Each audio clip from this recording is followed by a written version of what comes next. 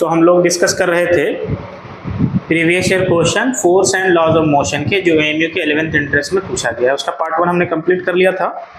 उसमें question number 12 तक complete हो गया था और हमने कहा था कि बाकी के हिस्से को हम अगली क्लास में करेंगे। ठीक है, तो उसी चीज़ को शुरू करते हैं। Force and laws of motion. Force and laws of motion जो है उसका पार्ट 2 जो है वो आज हम डिस्कस करेंगे। ठीक है, क्या डिस्कस करने वाले हैं? 2015 से 2025 तक के जो क्वेश्चन की सीरीज थी वो डिस्कस करने वाले थे। ठीक है, तो चलो सीधे चलते हैं क्वेश्चन की तरफ। क्वेश्चन क्या है हमारा? सबसे पहला क्वेश्चन है हमारे पास, a ball of mass 0.1 kg strikes a wall normally with a speed of 30 meter per second and rebounds with a speed of 20 meter per second. The magnitude of the change in momentum of the ball is.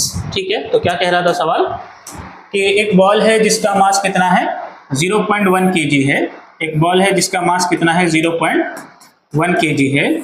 वो एक wall के ऊपर normally जाकर टकराती है। कितनी speed से जाकर टकराती है? 30 मीटर पर सेकंड से टकराती है और रीबाउंड करती है, मतलब ऐसे रीबाउंड करती है। जब वो रीबाउंड करती है तो उसकी वेलोसिटी स्पीड जो है वो होती है 20 मीटर पर सेकेंड। तो हमसे पूछा जा रहा है कि चेंज इन मोमेंटम जो है वो कितना होगा। तो देखो एक बात याद रखना, मोमेंटम कैसी क्वांटिटी होती है? मोमेंटम जो है वेक्टर क्वांटिटी होती है और वेक्टर क्वांटिटी में मैग्नीट्यूड के साथ साथ डायरेक्शन भी चाहिए होता है। तो यहाँ पर हम डायरेक्शन को भी क्या करेंगे? कंसिडर करेंगे। मिसाल के तौर पर अगर मैं इस वाली डायरेक्शन को नेगेटिव कह दूँ तो इस वाली डायरेक्शन को क्या कहेंगे? पॉजिटिव कहेंगे। ठीक है, तो अब देखो चेंज इन मोमेंटम क्या होता है? Final momentum minus initial momentum. तो फाइनल मोमेंटम को क्या लिखोगे? 0.1 यानी m इंटू v इंटू 20, क्योंकि ये वाली वेलोसिटी पॉजिटिव होगी और ये वाली वेलोसिटी नेगेटिव होगी इसके हिसाब से, माइनस मास तो वही रहेगा 0.1 इंटू वेलोसिटी हो जाएगा -30। तो कितना हो जाएगा ये 20 और ये 1/10, तो ये हो जाएगा 2 और ये माइनस माइनस तो हो जाएगा प्लस 1/10 इंटू 30, तो ये हो जाएगा 3। तो कितना हो जाएगा 5 किलोग्राम मीटर पर सेकेंड। यानी कि हमारा करेक्ट आंसर जो हो जाएगा वो हो जाएगा ऑप्शन नंबर डी। ठीक है, तो फुल्ली ये समझ में आ गया होगा। तो इस सवाल में अक्सर जो गलतियां होती है वो यहीं पर गलतियां होती है कि बच्चे साइन जो है उसको कंसिडर नहीं करते हैं, सीधा mv माइनस mu कर देते हैं और गलत हो जाता है। ठीक है, अगले सवाल पे चलते हैं। क्वेश्चन नंबर 14 क्या कह रहा है? A force act for 10 second on a body of mass 10 की power -2 kg initially at rest after which the force ceases to act. The body travels 0.5 meter in the next 5 seconds. The magnitude of the force is. ये अच्छा सवाल है। पहले सवाल को समझते हैं क्या कह रहा है और फिर उसके सॉल्यूशन को भी देखेंगे। तो कह रहा है कि एक बॉडी है, एक फोर्स है जो कि 10 सेकंड तक लगता है एक बॉडी पर जिसका मास 10 की पावर -2 kg है, जो कि शुरुआत में रेस्ट पर था। उसके बाद फोर्स लगना बंद हो जाता है। तो सीज का मतलब होता है खत्म हो जाना, बंद हो जाना। ठीक है ना, तो सीज हो जाता है यानी लगना बंद हो जाता है। अब आगे क्या कह रहा है? जब फोर्स लगना बंद हो जाता है उसके बाद भी बॉडी अगले 5 सेकंड में 0.5 मीटर की दूरी चलता है। तो बताओ मैग्नीट्यूड ऑफ फोर्स क्या था? सर तो मैं इसको थोड़ा पिक्चराइज कर दूं। एक बॉल है जिसका मास कितना दिया हुआ है 10 की पावर -2 kg। ठीक है, ये इनिशियली रेस्ट पर था। इस पर 10 सेकंड तक एक फोर्स लगता है। 10 सेकंड तक एक फोर्स लगता है। तो बताओ यहाँ पर आते आते इसके पास एक वेलोसिटी आ गई होगी। कितनी आई है वो नहीं मालूम है, लेकिन वेलोसिटी आ गई होगी। कह रहा है कि इस 10 सेकंड के बाद इस पे फोर्स लगना बंद हो जाता है। तो फोर्स लगना अगर बंद हो गया तो बताओ किसी बॉडी के ऊपर नेट फोर्स की वैल्यू अगर 0 होगी तो इसका मतलब क्या है कि बॉडी अपने स्टेट ऑफ मोशन को मेंटेन करेगा। अपनी स्टेट ऑफ मोशन को मेंटेन करेगा। क्या मतलब हुआ इस बात का? इस बात का मतलब ये हुआ कि जो वेलोसिटी इनके पास थी उसी वेलोसिटी से ये आगे चलेगा। ठीक है, तो यानी कि जो अगले 5 सेकंड की बात है उसमें वो इसी कांस्टेंट वेलोसिटी से चला होगा। और कितनी दूरी चला होगा? 0.5 मीटर चला होगा। क्लियर? 0.5 मीटर चला होगा। क्लियर, इतनी बात समझ में आ गई। अब देखो इस इंफॉर्मेशन की मदद से हम क्या कर सकते हैं कि इस वाले हिस्से में मोशन तो कैसा है, यूनिफॉर्म है। तो अगर मोशन यूनिफॉर्म है हम लोग क्या लिख सकते हैं, डिस्प्लेसमेंट बराबर वेलोसिटी इनटू टाइम, डिस्प्लेसमेंट बराबर वेलोसिटी इनटू टाइम। तो डिस्प्लेसमेंट कितना है 0.5, वेलोसिटी नहीं मालूम, टाइम 5 सेकेंड है। यहाँ से 5 से 5 कैंसिल कर दो तो ये क्या हो जाएगा 0.1 मीटर पर सेकेंड, ये इसकी वेलोसिटी हो जाएगी। ठीक है, 0.1 मीटर पर सेकेंड इसकी ये वाली वेलोसिटी हो जाएगी।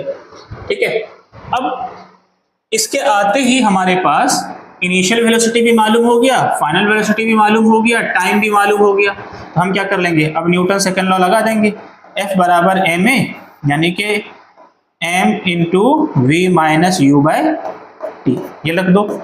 तो मास है 10 की पावर -2, फाइनल वेलोसिटी है 0.1, इनिशियल वेलोसिटी है 0 और टाइम है यहाँ पर 10। तो ये देखो 0.1 माइनस 1 तो 0.1 ही रहेगा, ये हो जाएगा 1/10 और एक 10 पहले से नीचे है तो ये हो जाएगा 10 की पावर -2 इंटू 1/100। 1/100 का पावर मतलब हो गया 10 की पावर +2 नीचे, ऊपर जाके क्या हो जाएगा 10 की पावर -4, यानी कि फोर्स हो जाएगा 10 की पावर -4 न्यूटन। फोर्स हो जाएगा हमारा 10 की पावर -4 न्यूटन। बहुत अच्छा सवाल था ये। ठीक है, क्योंकि अमूमन बच्चे इस वाले हिस्से को सोच नहीं पाते हैं और यहाँ गलती कर बैठते हैं। ठीक है, ये सवाल कब का था, 2018 में ये क्वेश्चन आया था। चलो नेक्स्ट क्वेश्चन क्या है, क्वेश्चन नंबर 15। क्वेश्चन नंबर 15 कह रहा है how much momentum will a dumbbell of mass 10 kg transfer to the floor if it falls from a height of 80 cm?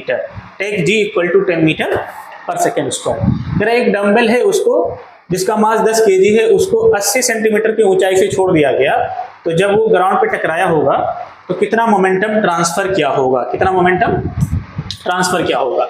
तो सबसे पहले ये देखो, ये 80 सेंटीमीटर की ऊंचाई है, 80 सेंटीमीटर का मतलब 0.8 मीटर। यहाँ से एक डम्बल को छोड़ दिया गया है ना, एक डम्बल को छोड़ दिया गया। देखो जब ये ग्राउंड पर आया होगा तो टकराने से ठीक पहले इसकी एक वेलोसिटी होगी, यहाँ पर टकराने से ठीक पहले इसकी एक वेलोसिटी होगी और टकराने के बाद ये रुक गया होगा, यानी इनिशियल वेलोसिटी तुमको निकालना है, फाइनल वेलोसिटी तो 0 है। ठीक है, और चेंज इन मोमेंटम कैसे निकालेंगे, mv माइनस mu। तो सबसे पहले हमें ये इनिशियल वेलोसिटी चाहिए। इनिशियल वेलोसिटी कैसे निकालेंगे, फर्स्ट इक्वेशन, सेकंड इक्वेशन या थर्ड इक्वेशन की मदद से निकाल लेंगे। किसकी मदद से निकाल लेंगे, थर्ड इक्वेशन की मदद से निकाल लेंगे। क्यों, क्योंकि देखो यहाँ पर की वेलोसिटी तो 0 थी, ये वेलोसिटी निकालनी है, एक्सेलरेशन ड्यू टू ग्रेविटी पता है, डिस्प्लेसमेंट पता है। थर्ड इक्वेशन से v square equal to u square plus 2as में, तो ये वाली वेलोसिटी जो है ये यहाँ पर आएगा। इसके हिसाब से क्योंकि हम a से b के बीच लगा रहे हैं, तो a से b के लिए फाइनल वेलोसिटी ये वाली u है और इनिशियल वेलोसिटी यहाँ पर 0 है, इक्वल टू 2, a की वैल्यू लेना है 10, डिस्प्लेसमेंट है कितना 0.8, तो u स्क्वायर बराबर हो जाएगा, ये तो 0 हो जाएगा 8/10, 10 से 10 खत्म, 8 to the 16, यानी u की वैल्यू हो जाएगी √16 यानी 4 मीटर पर सेकेंड। ठीक है, अब यहाँ पर इस वाले हिस्से में हम कंजर्वेशन ऑफ मोमेंटम अप्लाई करेंगे। तो टकराने से पहले वेलोसिटी 4 मीटर पर सेकेंड, टकराने के बाद की वेलोसिटी 0, तो चेंज इन मोमेंटम कितना हो जाएगा mv माइनस mu। तो m कितना था, डम्बल का मास था हमारे पास 10 kg, m चाहो तो कॉमन ले लो, 10 इंटू v कितना है 0 माइनस का, और ये वेलोसिटी कितनी है 4 मीटर पर सेकेंड, ये कितना हो जाएगा माइनस का 40 किलोग्राम मीटर पर सेकेंड। ठीक है, ये चेंज इन मोमेंटम हो गया। अच्छा, ये साइन प्लस भी आ सकता है अगर हम नीचे वाले डायरेक्शन को निगेटिव कह दें तो, क्लियर। तो आंसर प्लस या माइनस दोनों हो सकता है, वो डिपेंड करेगा आपने साइन ऑफ कन्वेंशन क्या लिया है। क्लियर, हमने नीचे की तरफ ही पॉजिटिव ही लिया था तो आंसर नेगेटिव आ गया, अगर आप नेगेटिव लेते तो आंसर क्या आ जाता, पॉजिटिव आ जाता। तो मैग्नीट्यूड जो है वो कितना रहेगा 40 किलोग्राम मीटर पर सेकेंड ही रहेगा, तो आंसर हो जाएगा 40 kilogram metre per second. Clear, next question है, ये जो सवाल है कायदे से ये आउट ऑफ सिलेबस है। ठीक है, ये क्वेश्चन जो है क्या है, आउट ऑफ सिलेबस है। ठीक है, ये 11th क्लास का क्वेश्चन है, ठीक है, और यहाँ पर पूछ लिया गया है। ठीक है, यहाँ पर क्या है, पूछ लिया गया है, फिर भी मैं डिस्कस कर दे रहा हूँ। ठीक है, समझ में आए तो बहुत अच्छी बात है, अगर नहीं समझ में आए तो 11th क्लास में समझोगे। इसका रिजल्ट याद रख सकते हो सिर्फ इसलिए ताकि सवाल अगर रिपीट हो तो आप आंसर बता पाए। चलो मैं फिर भी सवाल पढ़ देता हूँ, क्या कह रहा है। इन a tug of war, a 100 kg mass is hanged from the midpoint of the rope. The force that each side should exert to make the rope horizontal again is. ठीक है, क्या कह रहा है कि टग ऑफ वार में रस्सी के बीच में यहां पर एक 100 kg का मास हैंग कर दिया गया। ठीक है, दोनों तरफ से इसको जो दोनों टीम है वो खींच रही है इधर उधर।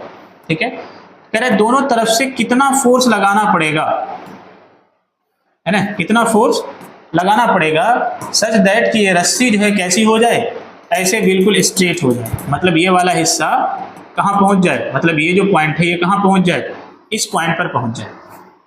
क्लियर, बस समझ में आ गई।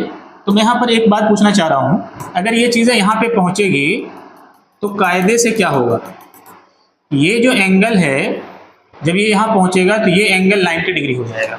ये एंगल क्या हो जाएगा, 90 डिग्री हो जाएगा। अब सॉल्यूशन करने के लिए हम क्या करते हैं, इस पॉइंट का एफडीडी बना लेते हैं, इस सिचुएशन का क्या कर लेते हैं, एफडीडी बना लेते हैं। नीचे की तरफ क्या होगा, वेट इसका यानी कि m/g यानी 1000 न्यूटन।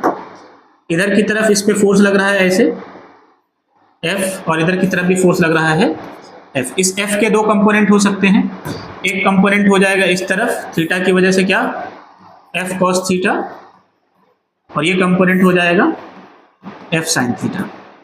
सिमिलरली इस फोर्स का भी अगर हम दो कंपोनेंट लें तो ये वाला कंपोनेंट हो जाएगा, क्योंकि सिमेट्री से ये एंगल थीटा ही होगा, ये हो जाएगा F sin थीटा, और ये कंपोनेंट हो जाएगा F cos थीटा, ये वाला कंपोनेंट। ठीक है, तो अब यहाँ से ये चीज़ तो क्लियर है, F sin थीटा कैंसिल हो जाएगा। तो इसके ऊपर वर्टिकल डायरेक्शन में जो फोर्स है वो क्या है, F cos theta plus F cos theta, यानी 2F cos थीटा है, जो कि बराबर है किसके, इसको बैलेंस कर रहा होगा, अभी इस वक्त इसको बैलेंस कर रहा होगा। यानी F की वैल्यू हो जाएगी, कैंसिल कर दो इसको, तो 500 अपॉन cos थीटा। ठीक है, अच्छा ये जो अभी फोर्स की वैल्यू आई है ये किस वक्त की आई है, इस वक्त आई है जब ये ब्लॉक यहां पर है। सोचो जब ये ब्लॉक यहां से यहां पर जाएगा तो इस थीटा की वैल्यू तो क्या हो जाएगी, 90 डिग्री। तो क्या कहोगे, व्हेन रो बिकम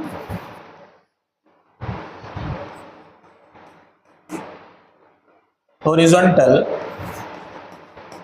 यानी जब रो हॉरिजॉन्टल होता है देन थीटा क्या हो जाएगा, 90 डिग्री, और थीटा 90 जैसे इसमें डालोगे तो क्या हो जाएगा 500 ओवर cos 90, और cos 90 की वैल्यू क्या होती है 0, चूंकि cos 90 की वैल्यू 0 होती है तो ये 1 अपॉन, चूंकि ये 0 होती है तो क्या हो जाएगा, टेंड्स टू इन्फिनिटी हो जाएगा, यानी फोर्स कितना हो जाएगा, इनफाइनाइट हो जाएगा। फोर्स कितना हो जाएगा, इनफाइनाइट हो जाएगा। ठीक है, तो करेक्ट आंसर हो जाएगा हमारा ऑप्शन नंबर डी। और मैंने पहले ही बताया ये सवाल क्या है, तुम्हारे सिलेबस का नहीं है, क्योंकि इनको देखते ही लगा होगा कि भाई ये किस दुनिया की बात हो रही है। क्लियर, ठीक है। तो यहाँ जो रेगुलर क्लासेस में रहते हैं उनको तो ये बातें बता दी जाती है, थोड़ा एफबीडी वगैरह पढ़ा दिया जाता है, तो उनको ये बातें समझ में आ जाती है, लेकिन उनके लिए भी इतना आसान नहीं होता है, क्योंकि है तो ओवरऑल वो भी 9th और 10th क्लास के बच्चे ही। ठीक है, ये सवाल वाकई क्लास से बाहर का है। ठीक है, अगले सवाल पे चलते हैं। क्वेश्चन नंबर 17 क्या कह रहा है, a machine gun has a mass of 20 kg, है ना, it fires 35 gram bullet at the rate of 400 bullet per minute, है ना, with a speed of 400 meter per second, what force must be applied to the gun to keep it in position. कह रहा है कि एक machine gun है जिसका मास कितना है 200 kg है, और वो फायर करता है 35 ग्राम के बुलेट को, है ना, किस रेट से 400 बुलेट पर मिनट के हिसाब से, 400 बुलेट पर मिनट के हिसाब से, यानी 400 बुलेट पर मिनट वो रिलीज करता है, यानी कि इन 60 सेकेंड, ठीक है, नंबर ऑफ बुलेट कितना फायर होता है?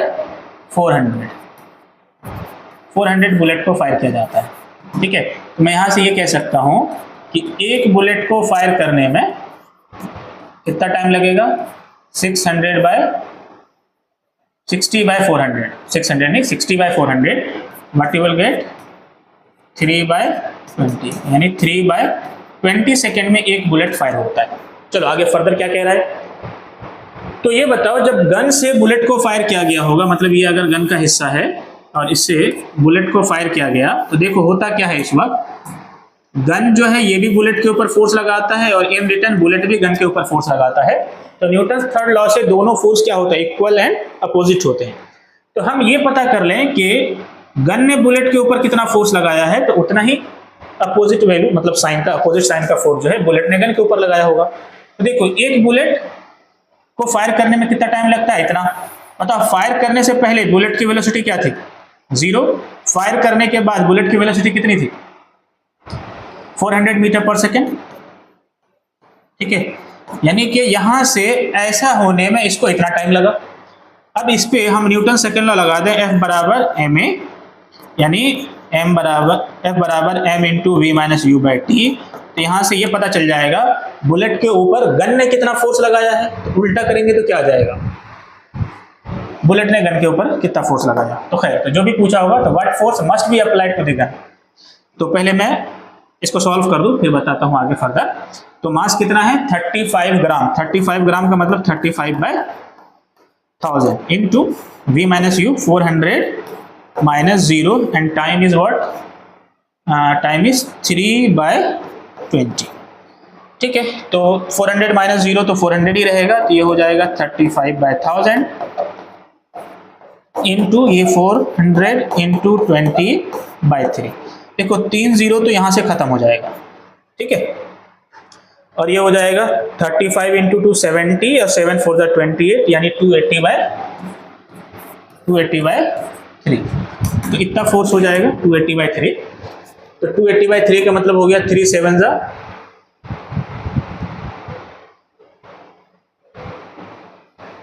कितना हो जाएगा?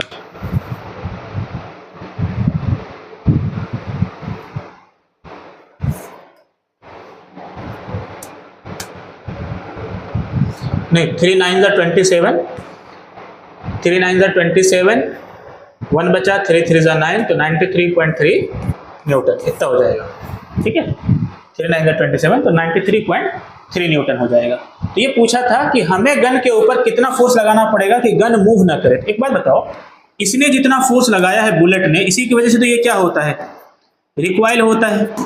अब जब ये रिक्वाइल हो रहा है तो जितना फोर्स इसके ऊपर लगा है उतना ही फोर्स जो गन चला रहा है वो इधर से यहां से आगे लगा दे, तो ये गन रिक्वाइल नहीं करेगा ना, ठीक है। इसीलिए हम फोर्स निकालते ही वाला है और क्या कहते हैं कि इतना ही फोर्स इस डायरेक्शन में लगाना पड़ेगा, ठीक है। तो गन क्या होगा? रिक्वाइल नहीं होगा, ठीक है। बस समझ में आ गई? कोई डाउट यहां तक? वैसे मैं इसके लिए एक चाहो तो शॉर्टकट तरीका बता दे रहा हूं। जब भी ऐसा सवाल आए ना तो ऐसे लिखना, F बराबर m n v। इसका क्या मतलब है? m का मतलब यहां पर लगाना मास ऑफ बुलेट, ठीक है। n का मतलब है नंबर ऑफ बुलेट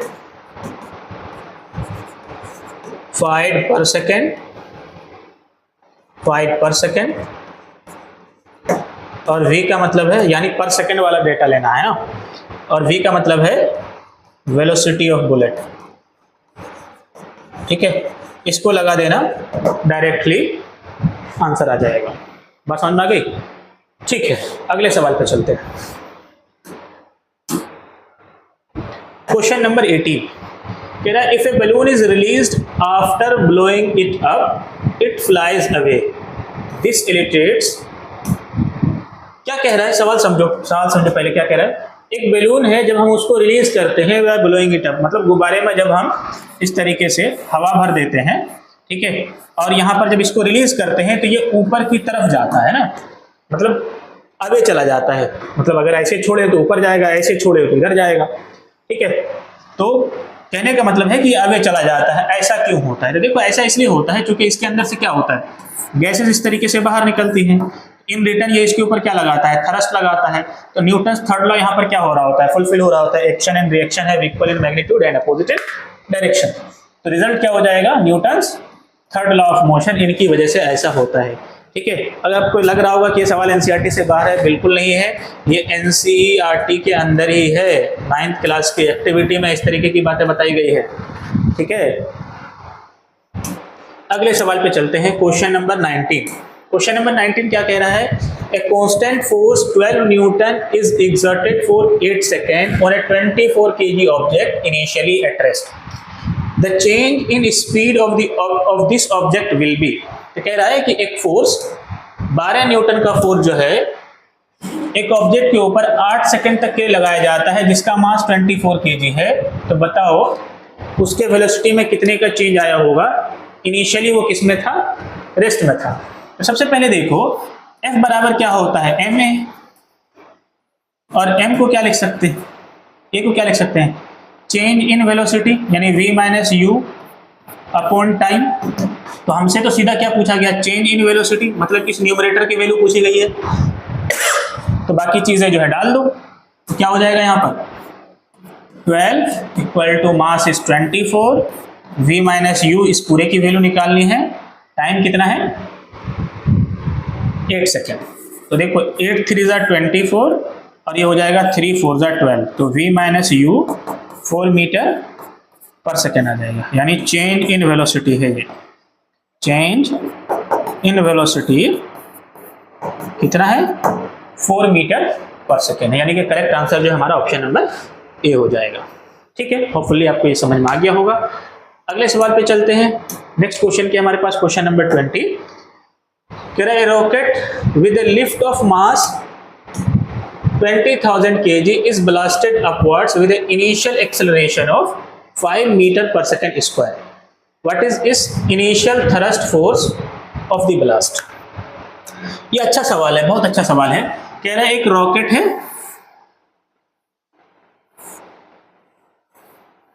ठीक है, एक रॉकेट है। इस रॉकेट का मास जो है 2000 kg है। रॉकेट का नहीं 20,000 kg है।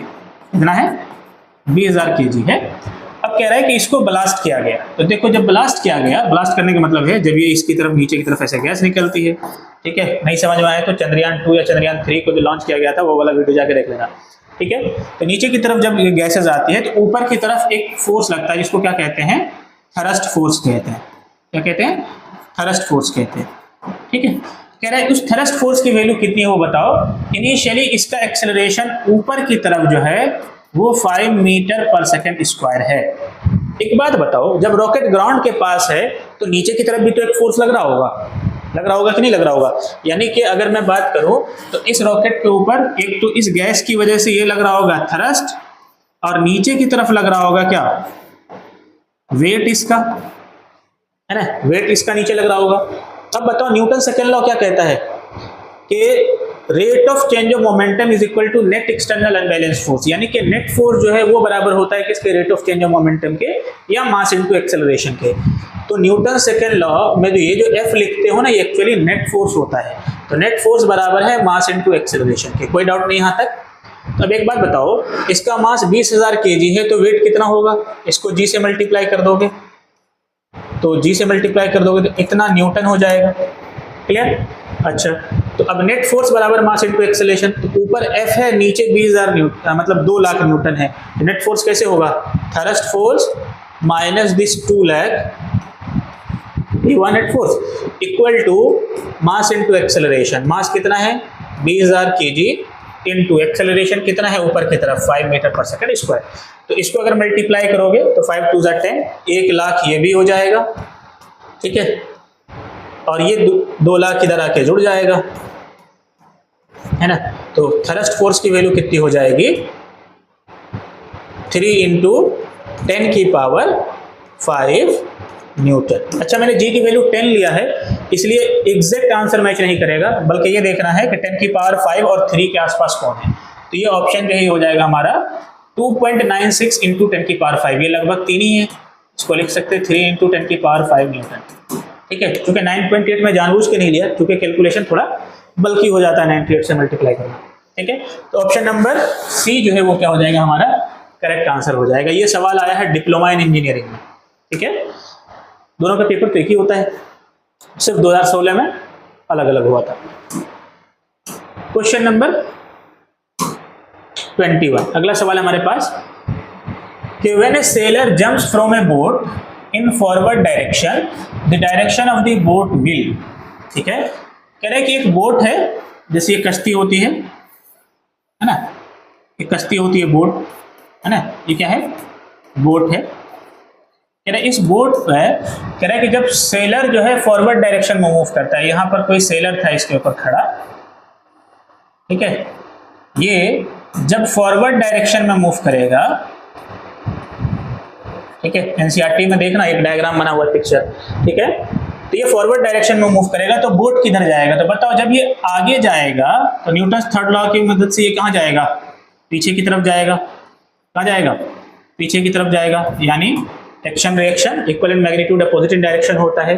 तो क्या कहोगे कि ये बोट किधर गया होगा, बैकवर्ड डायरेक्शन में मूव किया होगा। किधर मूव किया होगा, बैकवर्ड डायरेक्शन में मूव किया होगा। ठीक है, क्वेश्चन नंबर 22, ये भी एक बढ़िया सवाल है और आसान है, ये भी 2015 के डिप्लोमा इंजीनियरिंग का क्वेश्चन है। एक्चुअली 15-16 के आसपास जो है ना डिप्लोमा का पेपर जो है अलग हुआ था, अब साथ ही होता है। ठीक है, the momentum of an object of mass m moving with A velocity v is. अब बताओ इससे आसान सवाल क्या होगा, कह रहे एक ऑब्जेक्ट है जिसका मास m है और v वेलोसिटी से मूव कर रही है, बताओ मोमेंटम क्या होगा, तो p बराबर क्या होता है mv, खत्म। ठीक है, अगले सवाल पे चलते हैं। क्वेश्चन नंबर 23, कह रहा है which of the following has more inertia if there is same if their size is same। चलो मैं सवाल गलत पढ़ दिया, if their size is same। ठीक है, if their size is same, question पीछे चला गया। क्या कह रहा है, which of the following has more inertia if their size is same। ठीक है, देखो साइज सेम है, साइज सेम होने का मतलब क्या हुआ, इनकी रेडियस सेम है, तो साइज सेम होने का मतलब हुआ, साइज सेम होने का मतलब हुआ उसका वॉल्यूम सेम है। ठीक है, देखो वॉल्यूम सेम होने का मतलब ये नहीं कि मास सेम है, क्योंकि मास तो क्या होता है, डेंसिटी इनटू वॉल्यूम होता है, तो वॉल्यूम सेम है, तो जिसकी डेंसिटी ज्यादा होगी, जिसकी डेंसिटी ज्यादा होगी उसका मास ज्यादा होगा। और इनर्शिया किस बात पे डिपेंड करता है, इनर्शिया डिपेंड्स ऑन मास, जिसका मास जितना ज्यादा होगा इनर्शिया उतना ज्यादा होगा, जिसका मास जितना ज्यादा होगा इनर्शिया इतना ज्यादा होगा। अब देखो कि rubber ball, stone ball, plastic ball और आयरन बॉल, इनमें सबसे ज्यादा डेंसिटी किसकी होगी, जाहिर सी बात है सबसे ज्यादा डेंसिटी किसकी होती है, आयरन की होती है, इसलिए आयरन बॉल के पास इनर्शिया सबसे ज्यादा होगा, हालांकि साइज उसका सेम है। क्लियर ना, ठीक है, नेक्स्ट क्वेश्चन पे चलते हैं। क्वेश्चन नंबर 24, नहीं इतना ही क्वेश्चन था। ठीक है, तो आज की क्लास में हम यहीं तक रखेंगे। हमारे जो न्यूटन्स लॉज ऑफ मोशन था उसके सवाल को हमने देख लिया है। इंशाल्लाह अगली क्लास से जो हम लोग जो ग्रेविटेशन का चैप्टर है उसको हम देखेंगे। ठीक, थैंक यू।